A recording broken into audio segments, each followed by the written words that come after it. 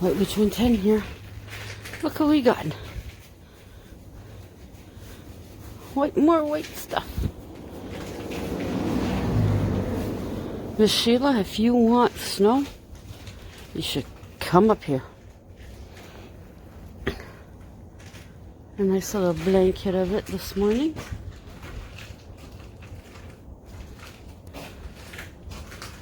Hubby said it started around 4. Somebody's already been walking.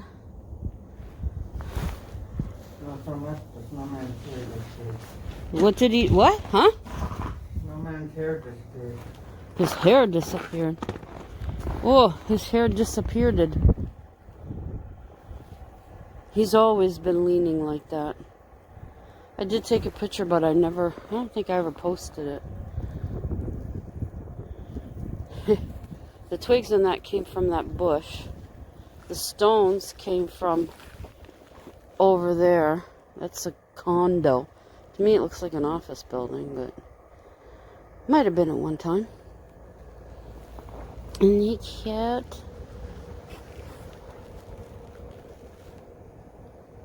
Yep. Not too much traffic out today. I guess the stay-at-home order works when there's bad weather. Because people just want to stay at home. There you go.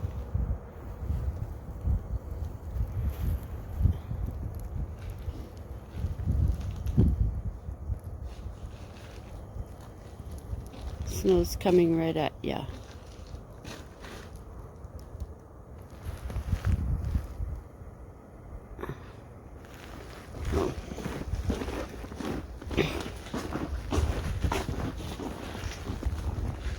The neighborhood. See, doesn't that look pretty?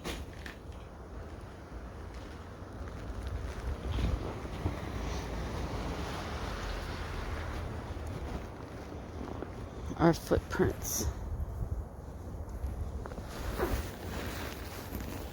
Snow, snow, snow. Okay, I missed it coming this way because I thought it was a salt truck. But it actually is a snowplow. Oh, sea transport. See? Oh.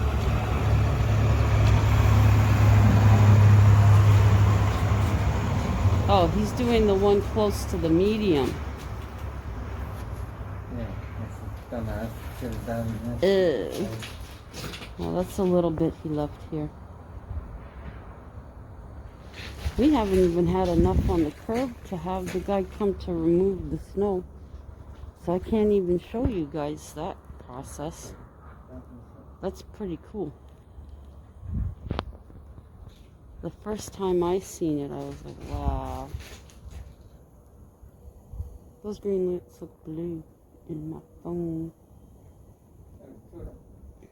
Huh? Two of them what? Could be. Because that would seem pretty... Well, we don't know where he started. Yes? Oh, yeah, he is. See what he picks up.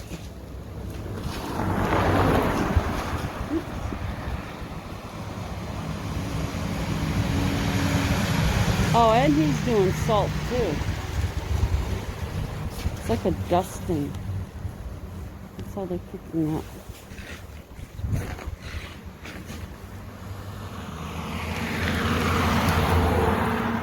There we go. That is where our friend went down on his bike. That's pretty thick.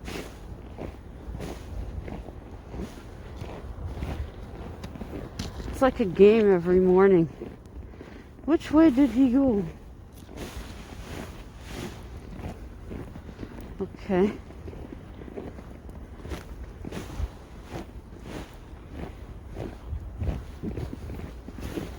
Now, did we see any signs of the fox today?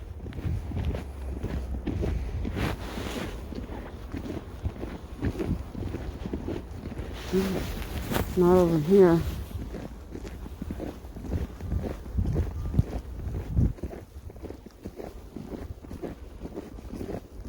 That's where they're doing all the construction. That's where we used to go.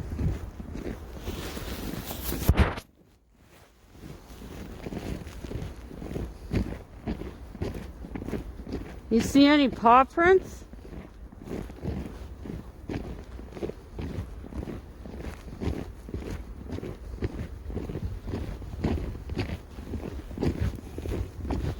The oak tree?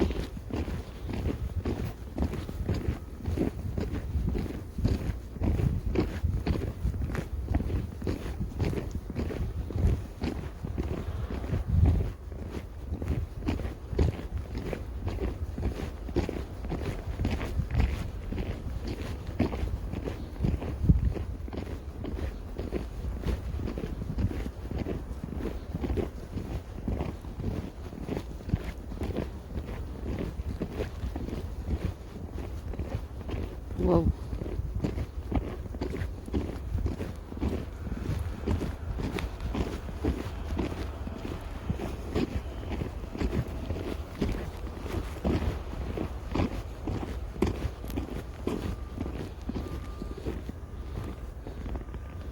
I know there's ice here somewhere.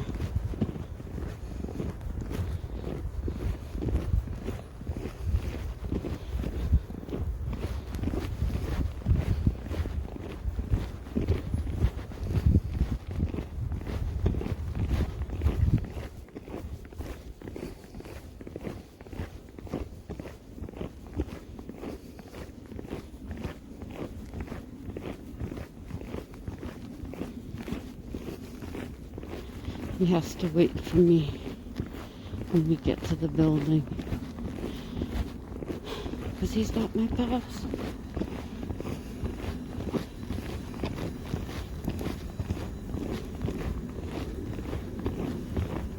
Okay, my hand's getting cold. Hi everyone, White Witch 110 here. This is one of my paint pours I did a while ago. One of the few that one of the only ones I think now that I actually kept. There is some cracking in the paint after it dried, but I love it. So I'm coming to you today with the start of another story. It's called The Quarry, and then I'll also have a surprise at the end for you. So let's get started. They heard the loud bang. It jolted them both out of bed. "What was that?" Paul asked, half asleep. "I have no idea," Laurie answered. Paul went over to the window. "I don't see anything, but half the neighborhood lights are on." Laurie joined him. "There's Joe. I'm getting dressed and going outside." Laurie was close behind him. "Hey, Joe, what was that noise?" Paul asked. "I haven't a clue. Made me jump 6 feet out of bed." "Hi, Laurie," Joe said. "Dina won't come out." The neighbors stood in the midsummer heat, waiting for something, but what they didn't know. "Well, all seems quiet now. Likely be on the news tomorrow." Paul took Laurie's hand, and they walked back across the street. They both easily fell asleep. In the morning, Paul went through the local news, but found nothing. "Nothing on the news," he told Laurie. "Guess it was nothing too bad," she said. "Ridiculously loud noise for nothing." Paul went on his way to work. Laurie worked from home. Partway through her day, she combed the internet searching for news of the noise. There was still nothing reported. There wasn't a sound. It was a feeling to begin with. A small shaking, hardly noticeable. As it grew, Laurie felt her chair move. Quickly, she picked up her phone and called Paul. He was feeling it downtown, too. He'd be home quickly as possible. This went on for a while, but by the time Paul arrived home, everything was calm. "Paul, what is it?" she asked. "Still have no idea. I kept my windows open on the way home. I could hear a faint rumbling. I pulled over just on the edge of town. That's when I heard it." It began again. The couple stood in place. This episode only lasted a few moments. Paul began to wonder if someone was drilling at the old quarry. The four friends were not avid hikers, but they enjoyed a good walk. The four made their way to the quarry that Saturday. Before them was miles of earth and rock. Normally, they would never come this way. "Damn, this is spooky. A whole lot of nothing," Paul commented. "Wow, this is bigger than I thought," Joe said. "So many trees were taken for this," Dina mentioned. "But look over there," Lori pointed. "The trees are coming back. That's a spot of green." She smiled. She was being her positive self. The rumble started slowly, then grew. "Where is that coming from?" Joe asked, looking around the pit. "It's coming from underground. I feel it on the bottom of my feet," Paul commented. "There's been nothing in the news about people working underground," Lori informed them. The rumble went on for more than half an hour. The four stood away from the edge and tried to make sense of it. "This is definitely where it's coming from. I just want to know what's causing it," Paul said in frustration. "You in for going down and checking it out?" Joe inquired. "I am for sure. You girls can stay up here if you want." "I'm going with you," Lori said, looking over at Dina, waiting for her answer. "Well, the heck I want to be alone." "I'm going if you're going," she said. The four made their way down an old path that was overgrown. Together they found their way to the bottom. "It looks bigger from down here. Is that possible?" Lori asked them. "It's scarier too." Her body shook in a shiver. "Where do we go from here?" she asked. "I think we'll walk around and wait to see if we hear it again," Paul suggested. They began their walk. It was still early morning. The women had packed something to eat and drink for later. The weather station said it was going to be just as muggy as the day before. There was no shade until they reached the opposite side. There was a line of trees that managed to keep hold of the earth around it. Mother Nature will always survive. The rumble began again. It had been a couple of hours since the last. Although they could walk fine, they felt unbalanced. The same question repeated itself. Where was it from? None could say. Joe and Paul walked around slowly, hoping to find the epicenter of the noise. It was then the ground beneath them shook more violently. "Are we on a volcano?" Dina asked, near tears. No, Joe calmed her. "Let's get up a bit higher," he suggested.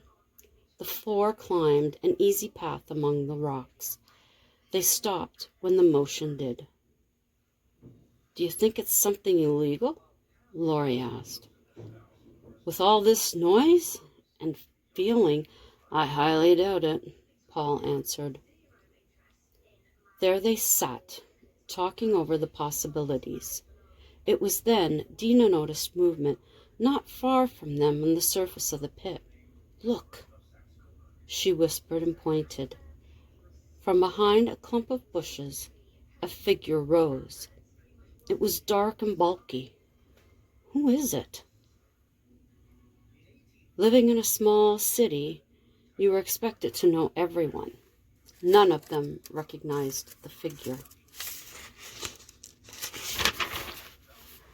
Lori took out her phone and zoomed in. Quickly, she took a photo. It all looked like a dark blob. Great idea, but our phones aren't the best, Joe said, looking at the picture. They watched its movements from behind a few rocks. The figure kept its back to them the entire time it was visible. 5 minutes later, it went back behind the bushes and did not reappear. Paul glanced at Joe, and the two made their way down to see where it went. There was no sign of the figure or hint as to where it had gone. "Let's call it a day," Paul said. The friends made their way back to Paul's car. From the back seat, Joe spoke up. "Has anyone noticed a pattern to this? A certain time during the day?" "Honestly, no," Lori answered. "Guess you haven't." "No," Joe answered. The four agreed to go back the following day. That night, Paul and Lori sat in front of the fireplace. "So what's your opinion?" Lori asked. She wanted to know. "A squatch," Paul replied. "I want to go back. What do you think?" "I'm not sure yet what it is. We're going back tomorrow," she reminded him. "No, tonight. I don't think that's a good idea. We have night vision and the FLIR." He was going no matter what. Reluctantly, Lori went along.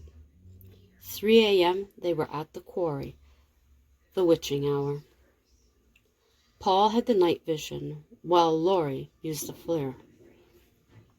"I don't see anything," Paul said, panning the quarry. Lori wasn't seeing anything either. Then suddenly, she spotted something on the opposite side, only a few feet from the bottom. "There's something there," she whispered. "I don't see anything in night vision," Paul told her. "Right there." She pointed to the screen. Sure enough, there was a red heat source against the blue. As they watched, the figure stood. "Oh my God, it's coming. Wait, they're coming from everywhere," Paul said with excitement. They watched as gray figures came from different directions and went behind the bush. Seconds later, 2 figures quickly came into view on either side of them. A deep chill ran through them both. "They were behind us." Lori was in shock. "They're all going down to the bushes." One by one, they disappeared. That is the story so far. I may be working on it today. Hubby and I have been still getting things ready for the new family members. And we still have just a bit more to do. We want to make sure everything's perfect for the little ones. Now, as I said, I had a surprise. And I've seen people doing these giveaways. And at the time, I thought, I really don't think I have anything that I could give away. But I have actually found something. And I'll show you now. This I got from someone a few years ago who was going to give it away. And I took it. A beautiful angel. I'll turn her around so you can see. Beautiful detail on the wings. Now, I didn't have this hanging on my tree. This has been sitting in my living room. But I've decided that it's time that she went along to someone who would appreciate her. Now, what I'm going to do is, if you are a subscriber of mine, and I will be checking, I would like to gift this to someone. So what I will need you to do, as I'm hearing as other people do this, is to give this vlog a like and comment below in regards to, no, let's just say if you're interested in going into the draw for the angel, just put the word angel down below. And if you are a subscriber of mine, then I will put your name on a piece of paper. And when should I do this? On Friday, let's say. The night before we get the new family members. Or should I do it either Friday or Saturday? I will put them all into the little house that you've seen that I had, that I chose Pearl's name out of. And I'll put all your names into there, shake it up, and then I'll pick from there as to who will be gifted the angel. So again, in order to qualify, you have to be a subscriber of mine. You will have had to like this vlog, and then I will put your name, that's it too, and mention the angel, and I will put your name in the box. She is very, very pretty, don't you think? And if this giveaway goes well, then I do have another item that I will do as a giveaway probably next month. Maybe I could start doing this on a monthly thing if it goes well. But anyways, I hope you all have had a relaxing Saturday. Like I said, hubby and I had a couple of things to do, and then we came home. It is cold here. I was so glad we got a bus to the mall and then a bus back home. I wouldn't have wanted to walk in that. So thank you to my YouTube family once again for coming by to hear the news story. And I hope that you'll all enter to see if you're lucky enough to get the angel. And what I will do is I will, on that day when I pick the person, then I'll put my email so you can send me the information. That might be our food here. So anybody passing through, please check out my other videos. If there's anything there that you see that you like, give it a thumbs up. Drop me a comment. I'll get back to you. Share this out with family, friends, co-workers, neighbors, anyone you think would be interested. Also, while you're here, think about subscribing. And if you do subscribe, click the notification bell so you know next time I upload. So until then, ciao for now.